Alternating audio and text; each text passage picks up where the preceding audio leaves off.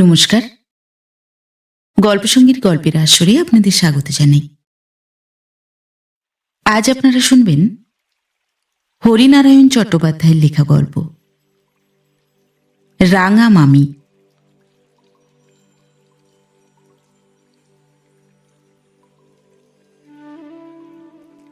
দেখা হলেই রাঙা মামি অনুযোগ করতেন। কই রে, কি হলো? বলতাম, এই যে রাঙা মামি, দুটো বই আরম্ভ করেছি, এগুলো শেষ হলেই তোমারটা ধরব। আর তুই আমারটা ধরেছিস, কবে মরে যাব?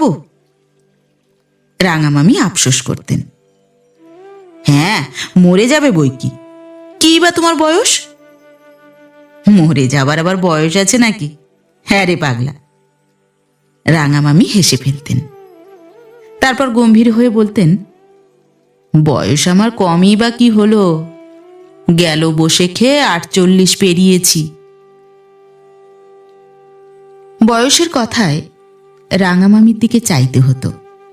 আঁটোসাঁটো গড়ন, টুকটুকে রং, এখনো এক মাথা কালো চুলের রাশ, কানের পাশে দু একটা রূপলি ঝিলি, তাও চট করে নজরে পড়ে না, অনেক খুঁজতে হয়। হ্যাঁ, তোমার বয়স 48 না ছাই? আমি ঘাড় নাড়তাম। তবে কত বল না, 21 না 22? কিরে, পালাচ্ছিস যে? রাঙা মামির সঙ্গে সম্পর্ক কিছু নেই, কেবল গাঁ সুবাদে মামি। বহু বছর আমরা পাশাপাশি ছিলাম। দু বাড়ির মাঝখানে পাতলা কঞ্চির বেড়া, সে বেড়া কাউকে আটকাতে পারেনি। এ বাড়ির লোককেও নয়, ও বাড়ির লোককেও না। আমার বেশিরভাগ সময় কাটতো রাঙা মামির কাছে। আকর্ষণ শুধু রাঙা মামিই নয়, সেই সঙ্গে ছিল পাকা চালতা, কুলের আচার আর বেলের মোরব্বার ওপর লোভ। গায়ের বর্ণ অবশ্য রাঙা, কিন্তু কি সুবাদে মামি হলেন তা আজও বুঝে উঠতে পারিনি। মামাকে বড় জোর দেখেছি 12-10, কোনো সময়ই সহজ অবস্থায় নয়। চুল এলোমেলো, দু চোখ জবা ফুলের চেয়েও লাল, পা দুটো সর্বদাই টলছে। বাইরে চাকরি করতেন, শনিবার শনিবার বাড়ি ফিরতেন, তাও সব শনিবার নয়, বেশ কয়েক শনিবার এই মুখই হতেন না। শনিবার হলেই রাঙামামির চেহারা বদলে যেত। অন্যদিন পরনে আধময়লা শাড়ি, এলো চুলের গোছা লুটিয়ে পড়ছে ঘাড়ের উপর, সেমিজের বালাই নেই। ঘরদোরের স্ত্রীও তথই বচ। তরকারির ডালাটা টেবিলের উপর, বোধহয় বিছানার উপর চুল বাঁধতে বসার চেষ্টা করেছিলেন, সরঞ্জাম সেখানেই ছড়ানো। ঘরের কোণে কোণে মাকড়সার জাল, ধুলো ছিটে এখানে ওখানে। শনিবার হলেই কিন্তু অন্য ব্যাপার। ঝকঝকে তক্তকে ঘরের মেঝে, কুটো পড়লে তুলে নেওয়া যায়, ফর্সা চাদর বিছানার উপর, বাড়তি বালিশ, সেই বালিশের ওয়াড়ে প্রজাপতি আঁকা, রাঙা মামির হাতের কাজ। শুধু ঘরের চেহারাই নয়, নিজের চেহারাও বেমালুম পাল্টে ফেলতেন। রোদ থাকতে পালেদের পুকুরে নামতেন গা ধুতে, হাতে সাবানের বাক্স, 1 ঘন্টা ধরে গা রগড়ান। তারপর মার কাছে এসে দাঁড়াতেন চুল বাঁধবার জন্য, হাতে এক রাশ চুলের কাঁটা আর ফিতা। চুল বাঁধা শেষ করে ফর্সা শাড়ি পরে রাঙামামি যখন দাওয়ায় ঘোরাফেরা করতেন, তখন দেখাতো ঠিক দেবী প্রতিমার মতন। আয়ত দুটি চোখ, টিকলো নাক, পাতলা লালচে ঠোঁট, নিটোল গড়ন হাত পায়ের। জানালা দিয়ে বসে বসে দেখতাম। শনিবার রাঙামামির বাড়ি যেতাম না, যাওয়া অবশ্য বারণ ছিল না, কিন্তু সেদিন গেলে বিশেষ সুবিধা হতো না।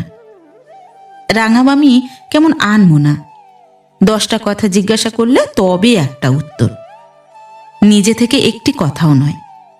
তাছাড়া চালতা, কুল, বেলের মোরব্বা উধাও। মাঝে মাঝে শনিবারও ডাক পড়ত।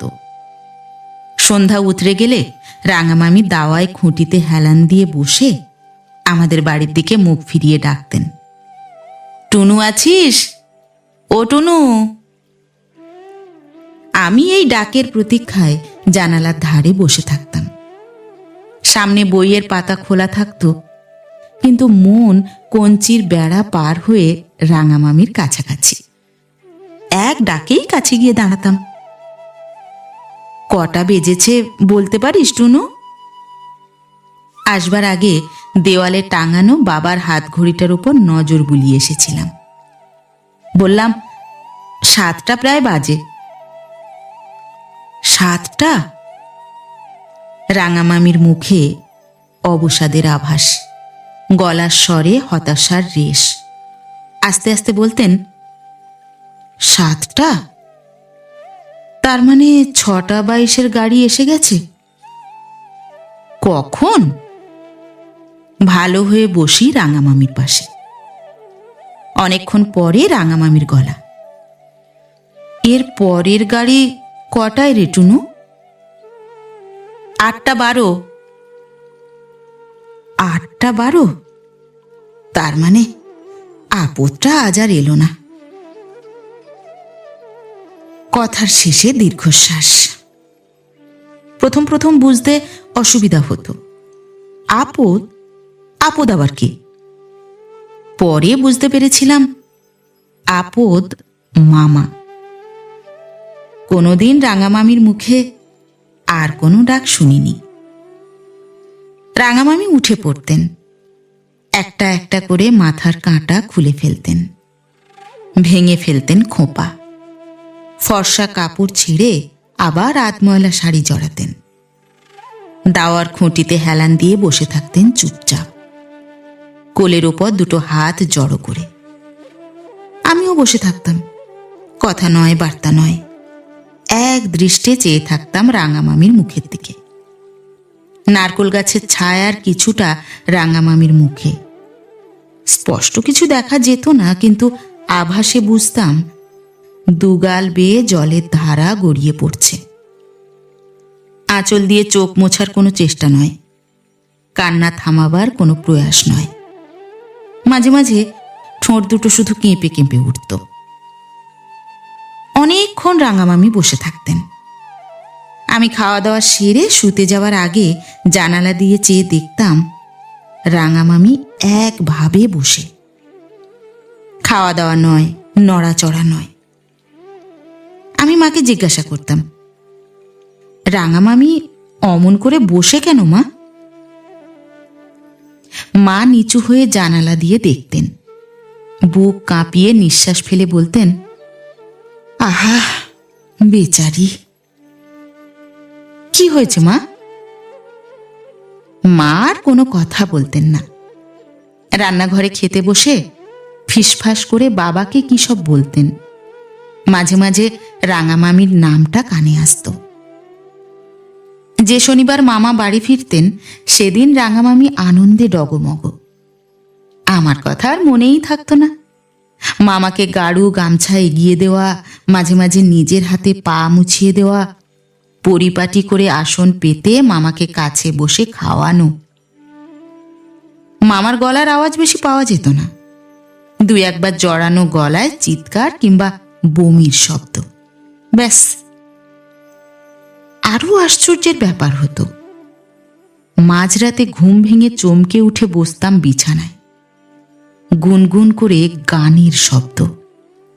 সে বয়সে তাল মান সুর বোঝবার কথা নয়, কিন্তু মিষ্টি একটা সুরের প্রবাহ আচ্ছন্ন করে ফেলতো আমায়। মনে হতো এমন গান আমি কোনো দিন শুনিনি। রাঙামামির ওপর রাগ হতো, এমন চমৎকার গলা, অথচ কোনো দিন একটা গানের কলিও কি শোনাতে নেই আমাকে।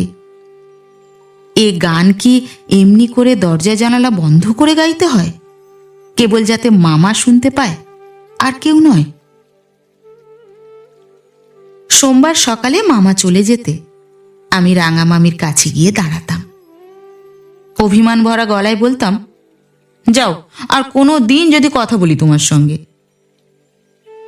তরকারি করতে করতে থেমে বঁটিটা কাত করে রেখে রাঙামামি হাসতে হাসতে বললেন, কেন গো টুনুবাবু, কি অপরাধ করলাম আমি? কেবল লুকিয়ে লুকিয়ে মামাকে গান শোনাবে দরজা জানালা বন্ধ করে? আমরা যেন আর গান শুনতে পারি না, না? হাসতে গিয়েও মামি গম্ভীর হয়ে গেলেন। সারা মুখে বেদনার মেঘের সঞ্চার, দুটি চোখ অশ্রুম্লান। খুব আস্তে, প্রায় অস্পষ্ট গলায় বলতেন, আমি গান গেয়েছি, কে তোকে বললে? প্রতিবাদের ধরন দেখে চটে উঠতাম। আমি নিজের কানে শুনেছি মশাই, বিছানার উপর বসে অনেকক্ষণ ধরে শুনেছি। দূর, ভুল শুনেছিস, কোনো পেতনির গলা। নিজের মানুষকে ধরে রাখবার জন্য বোধহয় ইনিয়ে বিনিয়ে সুর তুলেছিল। খুব চোটে গরম, কিছু বলতে গিয়েই থেমে যেতাম। রাঙামামি দুটি চোখ বেয়ে অঝোর ধারায় অশ্রু গড়িয়ে পড়ছে, গাল ভিজিয়ে, বুকের আঁচল ভিজিয়ে। একটি কথাও বলতে পারতাম না। চুপচাপ কিছুক্ষণ বসে থেকে আস্তে আস্তে উঠে বাড়িতে পালিয়ে আসতাম। আসল ব্যাপার বুঝলাম অনেক পরে। স্কুলে উঁচু ক্লাসে পড়ছি তখন। মামার আসা যাওয়ার পালা তেমনই চলছে। রাঙামামির প্রতীক্ষা করার ধরনও এক। মাঝরাতে রাঙামামির গান নয়, আচমকা চিৎকার। দরজা খুলে ছুটে বাইরে গিয়ে দাঁড়ালাম। পিছন পিছন মাও এসেছিলেন, কিন্তু তিনি কি ভেবে বেড়ার এপারেই রয়ে গেলেন। রাঙামামি দেওয়ালে হেলান দিয়ে দাঁড়িয়ে রয়েছেন কপাল চেপে, হাতের ফাঁক দিয়ে তাজা রক্তের স্রোত। আরেকটু এগোতেই রাঙামামি দেখতে পেলেন, হাত নেড়ে বারণ করলেন। আমি পায়ে পায়ে পিছিয়ে এলাম। দাওয়া থেকে নেমে পথের উপর, সেখান থেকে সরে সরে আমাদের বাড়ির উঠানে। চলে আসতে আসতেই মামার কর্কশ কণ্ঠ কানে গেল, বেশ করব, খাবো, আলবাত খাবো। কারুর বাপের পয়সায় খাচ্ছি? আমাকে বাধা দিতে এলে খুন করে ফেলবো। মামা প্রকৃতস্থ নন, এটুকু বুঝতে পেরেছিলাম। আর রাঙামামির কপাল থেকে ঝরে পড়া রক্তবিন্দুর ইতিহাসও অজানা ছিল না। আরও বছর 3 ম্যাট্রিক পাশ করে শহরে চলে এলাম। তার আগেই লক্ষ্য করেছি মামার আশাও খুব কমে গিয়েছে। মাসে একবারও আসেন কিনা সন্দেহ। এলেও রাঙামামির গান আর নয়, সারা রাত ধরে খিটিমিটি বচসা। বন্ধ দরজার ফাঁক দিয়ে ছিটকে ছিটকে বাইরে আসত। সপ্তাহান্তে বাড়ি আসতাম। একদিন সবে দাওয়ায় পা দিয়েছি, দেখলাম রাঙামামি মাথায় ঘোমটা টেনে আমাদের রান্নাঘর থেকে বেরিয়ে গেলেন। সম্ভবত আমাকে দেখতে পাননি। মাকে জিজ্ঞাসা করলাম, হ্যাঁ মা, রাঙামামি না? মা বললেন, হ্যাঁ রে। আহা, বেচারির যা অবস্থা, লোকের বাড়িতে চাল ডাল ধার করে বেড়াচ্ছে। কেন মামা? মা তালুতে জিভ ঠেকিয়ে হতাশাব্যঞ্জক শব্দ করলেন, হে তল্লাটে আর আসে না। আজ মাসখানেক তার পাত্তা নেই। গোটা চারেক চিঠি লিখেছে, কোনো উত্তর আসেনি। আর কথা বাড়ালাম না। বড় হয়েছি, যখন তখন রাঙামামির বাড়ি গিয়ে দাঁড়াতে লজ্জা করে। তাছাড়া সময়ও পাই না। শনি রবি 2 দিন এদিক ওদিক করেই কেটে যায়। এছাড়াও বুঝতে পেরেছি ভাগ্য বিড়ম্বিতা রাঙামামির অন্তরের কাহিনী। মদ্যপ স্বামীকে নিয়ে জীবন নির্বাহ করার জ্বালা। সেদিন বাইরে বেরোবার মুখেই বাধা পেলাম। রাঙামামি উঠান থেকে নাম ধরে ডাকলেন, টুনুবাবুর যে দেখাই পাওয়া যায় না আজকাল। থেমে মুচকি হাসলাম। রাঙামামি কয়েক পা এগিয়ে এলেন। শোন, একটা কথা আছে। পাড়ার লাইব্রেরিতে যাবার একটু দরকার ছিল, কিন্তু রাঙামামির ডাক উপেক্ষা করা যায় না। দাওয়ার কাজ বরাবর দাঁড়িয়ে বললাম, কেমন আছেন? রাঙামামি হাসলেন। তবু ভালো, আজকাল তো তোমার দেখাই পাওয়া যায় না। কখন আসো কখন যাও কিছুই টের পাই না। কথা শেষ হবার সঙ্গে সঙ্গে রাঙামামি চালের বাতা থেকে একটা আসন টেনে নিয়ে দাওয়ার উপর পেতে দিলেন। এ আবার কি? বাবা, তুমি আজকাল কলেজে পড়ছো, আসন না পেতে তোমায় বসতে বলতে পারি? আর তো ছোটটি নেই যে আচার আর মোরব্বার জালে তোমায় আটকাবো। সহজ সুরে রাঙামামি কথাগুলো বলার চেষ্টা করলেও গলার আওয়াজ যেন ভেজা, চোখের কোণেও অশ্রুর ইশারা। কিছু বলবেন রাঙামামি? রাঙামামি কোনো উত্তর দিলেন না, কাছে বসে পড়লেন। গলাটা এগিয়ে নিয়ে এসে প্রায় কানে কানে বলার মতন বললেন, আমার একটা কাজ করে দিবি টুনু?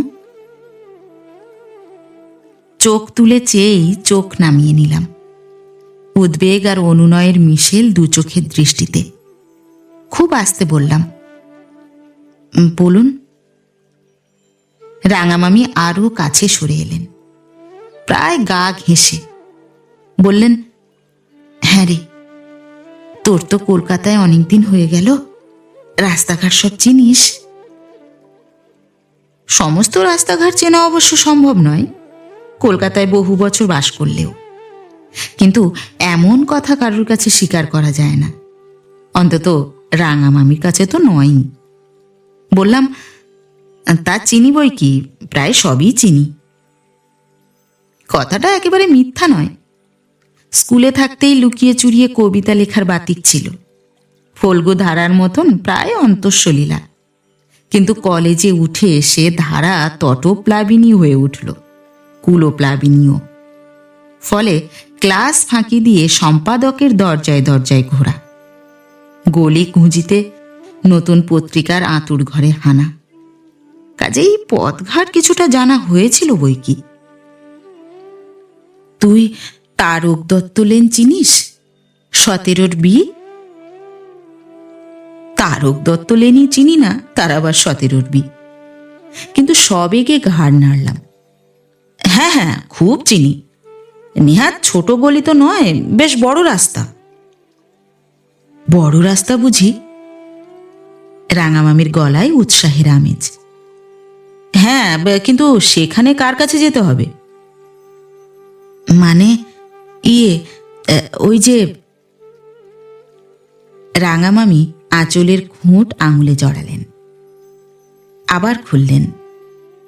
তারপর বিনা দ্বিধা সংকোচ জোর করে কাটিয়ে উঠেছেন, এইভাবে বললেন, তোর মামার কাছে একবার যেতে হবে। মামার কাছে? মামা ওই ঠিকানায় থাকেন বুঝি? ওটা তো মেজ বাড়ি, সেখানেই আছে অনেক দিন থেকে। মামাকে কি বলবো? রাঙামামি আবার বিব্রত হয়ে পড়লেন। আঙুল দিয়ে দাওয়ার উপর আঁকি বুকি কাটতে কাটতে বললেন, অনেকদিন মানুষটা আসেনি, অসুখ বিসুখে পড়ল কিনা কে জানে, একবার গিয়ে খোঁজটা নিয়ে আসবি। কথাটা আমার হঠাৎই মনে পড়ে গেল। লোকটার যে খোঁজ নেব তার নামই তো জানি না। মামার নামটা বলে দাও রাঙামামি, নইলে খোঁজ করব কি করে? ধুর বোকা। রাঙামামির সিঁথির সিঁদুর সারা মুখে ছড়িয়ে পড়ল। লজ্জা জড়ানো গলায় বললেন, স্বামীর নাম মেয়ে ছেলেকে করতে আছে? দাঁড়া, কোনো বই টইয়ে যদি নাম লেখা থাকে দেখছি। রাঙামামি উঠে পড়লেন, তন্ন তন্ন করে খুঁজলেন টেবিলের উপর, ড্রয়ারের মধ্যে, বালিশের তলায়। তারপর বিছানায় উপুর হয়ে শুয়ে একটা কাগজে নামটা লিখে কাগজটা আমার হাতে দিলেন। গোটা গোটা অক্ষর, লেখার কোনো ছিঁড়িছাঁদ নেই, কিন্তু নামটা স্পষ্ট পড়া গেল, শ্রী হেমচন্দ্র রায়। কাগজের টুকরোটা পকেটে ফেলে উঠে পড়লাম। মুখে বললাম, ঠিক আছে, আমি কাল বিকেলেই দেখা করব। সামনের শনিবার খবর নিয়ে আসবো রাঙামামি। রাঙামামিও উঠে দাঁড়ালেন, বললেন, যদি অসুখ বিসুখ দেখিস টুনু, তো মাকে একটা চিঠি লিখে জানাস, তাহলেই আমি খবর পাব। সোমবার ভোরে কলকাতা রওনা হওয়ার মুখে আবার রাঙামামির সঙ্গে দেখা। চৌরাস্তার মোড়ে বটগাছতলায় দাঁড়িয়েছিলেন। আমাকে দেখেই এগিয়ে এলেন। শোন টুনু, যদি দেখিস অসুখ বিসুখ কিছু নয়, তো একটা কথা বলে আসতে পারবি? কি বলবি? এ শনিবার যেন নিশ্চয়ই আসে, খুব দরকার। আমার মাথার দিব্যি দিয়ে আসতে বলবি, বুঝেছিস? ঘাড় নেড়ে এগিয়ে গেলাম। তাড়াতাড়ি পা না চালালে 7:10 গাড়ি ধরতে পারবো না। সত্যি সত্যি পৌঁছেই বিকেলে বেরিয়ে পড়লাম তারক দত্ত লেনের সন্ধানে। সহপাঠীদের কাছে অবস্থান সম্বন্ধে খোঁজ পেয়েছিলাম, কিন্তু ঘুরে ঘুরে হয়রান। ও নামের গলি মিলল না। ফিরে আসবো ভাবছি, এমন সময়ে এক পানওয়ালাকে জিজ্ঞাসা করতে সে নির্দেশ দিল। ভুবন হালদার লেন থেকে বেরিয়েছে। সরু সড়ক, 3 ফুট চওড়া, গলি নয়, উপগলি। পাশাপাশি দুজন যাওয়া দুষ্কর। দুধারে ইটের পাঁজর প্রকর দেওয়াল, বসন্তের গুটির মতন ঘুঁটের দাগ সর্বাঙ্গে। কানায় কানায় টয়টম্বুর ডাস্টবিন। উপচে কিছু রাস্তাতেও পড়ছে। একটু এগোতে সন্ধান মিলল। খড়ি দিয়ে বাড়ির দরজায় লেখা 17 বি। কড়ায় হাত ছোঁয়াবার আগেই দরজা খুলে গেল। বিরল কেশ ভদ্রলোক, একেবারে পিছনের দিকে ঝালরের মতন 2-1টা চুলের ইশারা। পানের ছোপে শুধু ঠোঁটই নয়, দাঁতগুলো রাঙা টুকটুকে। বললেন, কাকে চাই? মামার নাম বললাম। শুনে ভদ্রলোক মাথায় হাত চাপড়ালেন। চোখ দুটো ছোট করে আমাকে আর একবার জরিপ করে বললেন, আপন মামা? মানে সাক্ষাৎ মামা? একরকম তাই। ঠিক কি রকম মামা তা বোঝাতে গেলে সময় নেবে, তাই ও পথে গেলাম না। ভদ্রলোক মাথা নাড়লেন। মামার খোঁজ আমরা আর আপনাকে কি দেব বলুন? খোঁজ করুন গিয়ে পিয়ারি সরকার লেনে মালতীর বাড়ি। দিনরাত তো সেখানেই পড়ে আছেন। মাঝে মাঝে মদ গিলে ফিরে আসেন মেসে, হই হল্লা করে আবার হাওয়া। তবে কিছু বলতে পারি না মশাই। মাসের 1 তারিখে ঠিকমতো হিসেব মিটিয়ে দেন, একটু এদিক ওদিক নয়। আমার পাওনা মিটিয়ে দিলেই হলো। কে কোথায় কার বাড়ি পড়ে আছে তাতে আমার কি দরকার, কি বলুন? কোনো উত্তর দিলাম না। পায়ে পায়ে সুরে এসে গলির উপর দাঁড়ালাম। শুধু সুরা নয়, সাকিও আছে মামার। সেই জন্যেই বোধহয় রাঙামামির কাছে আসবার অবকাশ মেলে না। শনিবার শনিবার তো নয়ই, মাসে একবারও নয়। ভদ্রলোক দরজা বন্ধ করতে যাবার মুখেই কথাটা মনে পড়ে গেল। বললাম, একটা কথা বলতে পারবেন মামাকে? তা কেন পারবো না, তবে সর্বদাই ঘোড়ায় চড়ে থাকেন কি না? আমাদের ছোট কথা কানে তুললে হয়। বলবেন, রাঙামামির খুব অসুখ, একবার যেন দেখা করেন। রাঙামামি? বিস্ময়ে আর কৌতূহলে ভদ্রলোকের দুটো চোখ চিকচিক করে উঠল। মানে ওই মামার স্ত্রী। তা বুঝেছি। আচ্ছা, বলবো খন। অফিস থেকে সোজা যদি এখানে ফেরেন তো নিশ্চয়ই বলবো। পরের শনিবার বাড়ি গেলাম বটে, কিন্তু রাঙামামিকে এড়িয়ে গেলাম। ব্যাপারটা কিছু কিছু মাকে বললাম। সব কথা সোজাসুজি রাঙামামিকে বলতে সংকোচে বাঁধল। তারপর অনেক দিন আর রাঙামামির সঙ্গে দেখা হয়নি। বাবা হঠাৎ মারা গেলেন। মাকে নিয়ে শহরে বাসা বাঁধলাম।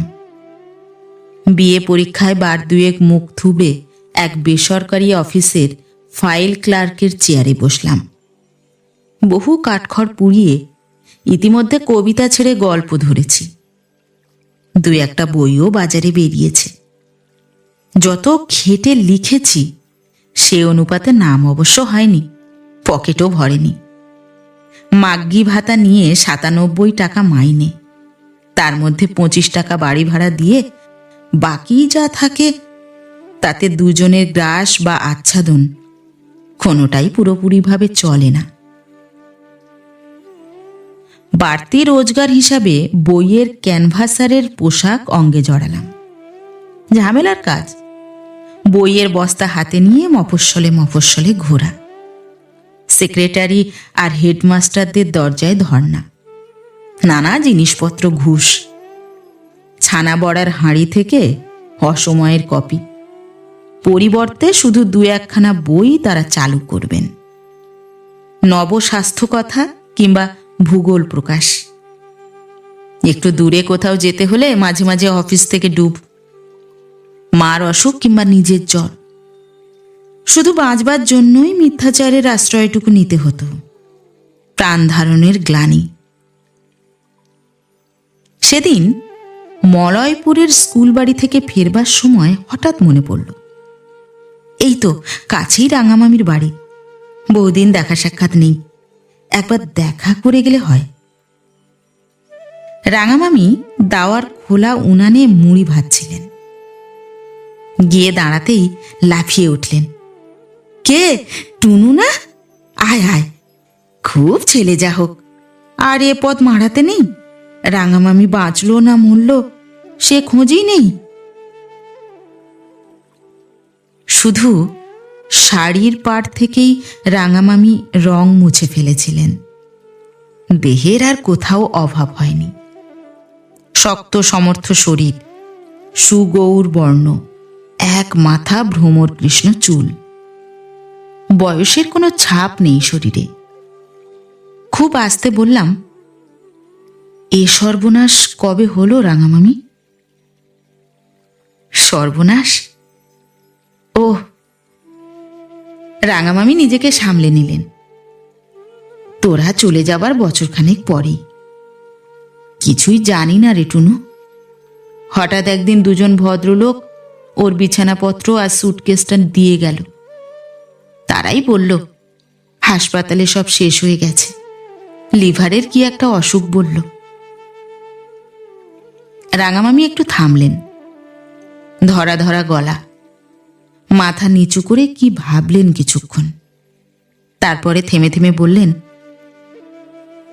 দিন ৭ পরে অফিস থেকেও একটা চিঠি এসেছিল। ভট্টাচার্যদের সাতুকে নিয়ে কলকাতায় যেতে হয়েছিল। সই সাবুত, অনেক ঝামেলার পর ওর অফিসের জমানো টাকা হাতে এসেছিল। সেই পোস্ট অফিসে জমা রেখেছি। সুদ কিছু পাই আর এই মুড়ি ভাজার কাজ। আমায় বেরোতে হয় না, যার দরকার তারাই বাড়ি থেকে নিয়ে যায়। এবার আর রাঙামামিকে চিনতেও অসুবিধা হয় না। নিজের মধ্যে দিয়েই যেন চিনতে পারি। বাড়িতে রোজগারের জন্য আমার যেমন বইয়ের দালালি, রাঙামামির তেমনই মুড়ি ভাজা। তবে আমার চেয়ে রাঙামামির সুবিধা এই যে আমায় যেমন স্কুলের দরজায় দরজায় ফেরি করে বেড়াতে হয়, রাঙামামি তা নয়। খদ্দের এসে তার দরজায় দাঁড়ায়। রাঙামামির কথায় চমক ভাঙল, তুই তো আজকাল মস্ত বড় লেখক। লেখক? কে বললে? বলবে আবার কে? ষষ্ঠীতলা লাইব্রেরি থেকে তোর বই আনিয়ে যে পড়ি, সুরের বাঁধন, এই সেদিন কি যে একটা পড়লা, শ্বেতপদ্ম। আসল ব্যাপারটা আর রাঙামামির কাছে ভাঙলাম না। বই বেরোলেই নিজের খরচে ষষ্ঠীতলা লাইব্রেরিতে পাঠিয়ে দিই। মলয়পুরে ছেলেবেলা থেকে মানুষ, আমি যে লেখক হয়েছি এ খবরটা এখানে না দিতে পারলে শান্তি নেই। পাড়ার সঙ্গীরা যারা অনেক খোশামদের পরেও কবিতার একটি লাইন শুনতে চায়নি, তারা জানুক কিভাবে একজন প্রতিভাবান লেখক অবহেলায় অবজ্ঞায় এখানে তার শৈশব আর কৈশোর কাটিয়ে গেছে। তারপরেই রাঙামামি আসল কথাটা পারলেন। টুনু, এত তো বই লিখছিস, আমাকে নিয়ে একটা বই লেখ না। আপনাকে নিয়ে? হ্যাঁ, কেন লেখা যায় না আমাকে নিয়ে? তোর মামাকে নিয়ে কিভাবে জ্বলে পুড়ে মোলাম সারাটা জীবন, নিজের জিনিস পরের হাতে, তাও হেসেছি, ঘোরাফেরা করেছি মনের আনন্দে। এইসব নিয়ে গল্প হয় না? কেন হবে না? তবে লেখ না টুনু, বানিয়ে বানিয়ে কিছু লিখতে হবে না তোকে, যা সত্যি তাই লেখ। লিখবি? কথা দিয়েছিলাম লিখব। মাঝে মাঝে ভেবেওছি মনে মনে, শনিবার রাতে খুঁটিতে হেলান দিয়ে বসে থাকা, মাঝরাতে গানের টুকরো, হাতের পাশ দিয়ে গড়িয়ে পড়া রক্তের ধারা, তারপর পিয়ারি সরকার লেনের কে এক মালতী রাঙামামির জীবন যে বিষাক্ত করে তুলল। লেখা যায় বই কি, বেশ লেখা যায়, কিন্তু খাতা কলম নিয়ে বসতেই লেখা এক লাইন এগোয়নি। এত জ্বলন্ত সত্য কথা নিয়ে বুঝি উপন্যাস ফাঁদা যায় না? কোথাও ফাঁক নেই, ফাঁকি নেই, নিটোল বাস্তব। এরপর যতবার মলয়পুরে এসেছি, দেখা করেছি রাঙামামির সঙ্গে। ওই এক কথা, এক অনুযোগ। কই রে টুনু, কবে আরম্ভ করবি? লিখেছিস কিছু? কিছু কিছু হয়েছে রাঙামামি। হয়েছে? রাঙামামি উৎসাহে দাঁড়িয়ে উঠতেন। এরপরে যেদিন আসবি খাতা নিয়ে এসে শুনিয়ে যাবি, কেমন? উত্তরে ঘাড় নেড়েছি। আবার অনেক দিন দেখা হয়নি রাঙামামির সঙ্গে, মলয়পুরে যাবার সুযোগই হয়নি। এর মধ্যে আর একটা বই লিখেছি, কিন্তু রাঙামামিকে নিয়ে নয়। সুযোগ জুটে গেল। একগাদা বই নিয়ে মলয়পুর নিস্তারিণী বিদ্যালয়ের দরজায় এসে দাঁড়ালাম। আরও অনেক ক্যানভাসার বেরিয়েছে অন্য প্রতিষ্ঠানের বই নিয়ে, কাজেই ঘোড়দৌড়ের ঘোড়ার মতন যে আগে বুড়ি ছুঁতে পারবে তারই লাভ, বরাত। সেক্রেটারি গিয়েছেন মেয়ের বাড়ি, পরের দিন সকালে ফিরবেন। দেখা করতে হলে মলয়পুরে রাতটা কাটাতে হয়, এছাড়া আর উপায়ই বা কি? রাঙামামির কথা মনে পড়ল। রাত কাটাবার আস্তানা। বইয়ের থলি হাতে উঠানে গিয়ে দাঁড়ালাম।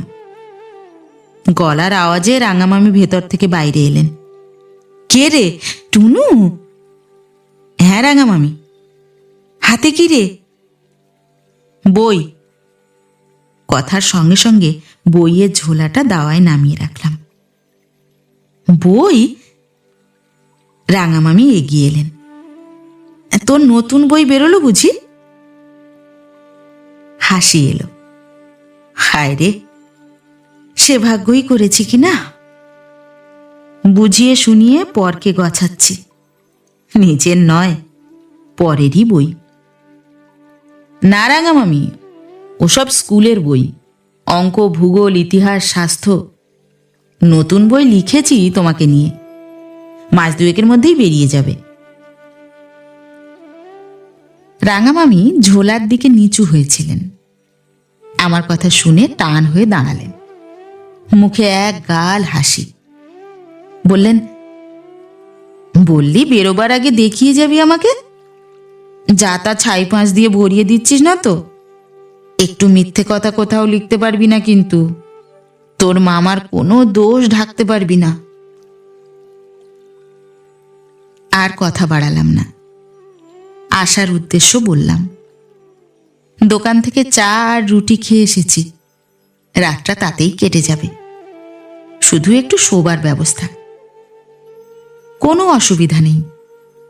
আমার বিছানা হলো তক্তপোষের ওপর, রাঙামামি দাওয়ায়। শরীর এমনিতেই ক্লান্ত ছিল, শোবার সঙ্গে সঙ্গেই ঘুমে চোখ জড়িয়ে এলো। মাঝরাতে হঠাৎ ঘুম ভেঙে গেল। খুটখাট শব্দ, বিড়বিড় করে যেন কথা বলার আওয়াজ। আস্তে আস্তে উঠে পড়লাম। দরজা ভেজানো ছিল। খুলে দেখলাম রাঙামামি দাওয়ায় নেই। দাওয়ায় নেমে কয়েক পা এগিয়েই দাঁড়িয়ে পড়লাম। এদিকে ছোট একটা ঘর, ভাঙা তোরঙ্গ, ছেঁড়া কাপড় থেকে শুরু করে কাঠ, ঘুঁটে, নারকেল পাতা বোঝাই। মাটির প্রদীপ জ্বলছে। কাঠের বাক্সের গায়ে ফটোটা হেলান দেওয়া, শুকনো ফুলের মালা জড়ানো। ফটোর সামনে মাথা রেখে ফুঁপিয়ে ফুঁপিয়ে কাঁদছেন। ফটোটা কার এ বিষয়ে সন্দেহ ছিল না। একবার ভাবলাম পা টিপে টিপে ফিরে যাই বিছানায়, কিন্তু নিছক কৌতূহলের বশে এগিয়ে গেলাম। মামার ফটো, কিন্তু শুধু মামারই নয়, পাশে আর একটি মেয়ে। চুল বাঁধার ধরনে, চোখ মুখের ঢঙে মেয়েটি যে কোন শ্রেণীর তার বুঝতে অসুবিধা হলো না। বোধহয় মুখ থেকে বিস্ময়সূচক কোনো অব্যয় বেরিয়ে গিয়ে থাকবে, কিংবা পায়ের শব্দ একটু জোর। রাঙামামি পিছন ফিরলেন। আমাকে দেখেই তাড়াতাড়ি ফটোটা লুকিয়ে ফেললেন আঁচলের তলায়। হেসে ফেললাম। বললাম, ওটা লুকিয়ে লাভ নেই রাঙামামি, আমি দেখে ফেলেছি। রাঙামামি এক দৃষ্টে চেয়ে রইলেন আমার দিকে। দুগাল বেয়ে জলের ধারা, নাকের পাটা দুটো ফুলে ফুলে উঠছে। কি ভেবে ফটোটা বের করলেন কাপড়ের তলা থেকে। একবার চোখ বুলিয়ে বললেন, ট্রাঙ্ক থেকে পেয়েছি। কতদিন ভেবেছি ওর ফটোটা আলাদা করে নেব, ছিঁড়ে ফেলবো বাকিটা, কিন্তু ছিঁড়তে গিয়েও পারিনি। বারবার মনে হয়েছে ও তো একেই সত্যি ভালোবাসত, বেশিরভাগ সময় এর কাছেই কাটাতো। একে পেয়েই আমাকে ভুলে গিয়েছিল। তাই ভাবলাম, পরকাল বলে যদি কিছু থাকে, মানুষের আত্মা থাকে, তাহলে এ ফটো আলাদা করলে সেখানে ও কষ্ট পাবে। তাই ওটা আর ছিঁড়িনি টুনু। ও যাতে সুখী হয়, যাতে আনন্দে থাকে, তাই তো আমার করা কর্তব্য। কি বল? কি বলবো? এ প্রশ্নের উত্তর আমার জানা নেই। স্বল্প আলোয় রাঙামামিকে আর একবার ভালো করে দেখলাম। আঁচল দিয়ে চোখের জল মুছে ফেলেছেন। কোথাও একটু দাগও নেই, সামান্য দুর্বলতাও নয়।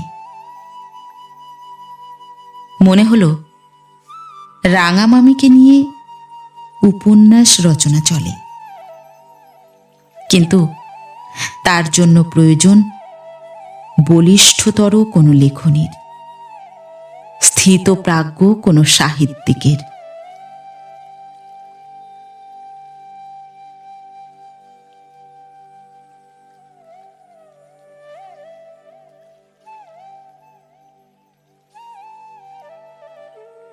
নমস্কার। নতুন একটি গল্প নিয়ে খুব শিগগির ফিরে আসছি। ততক্ষণ সবাই ভালো থাকবেন, সুস্থ থাকবেন।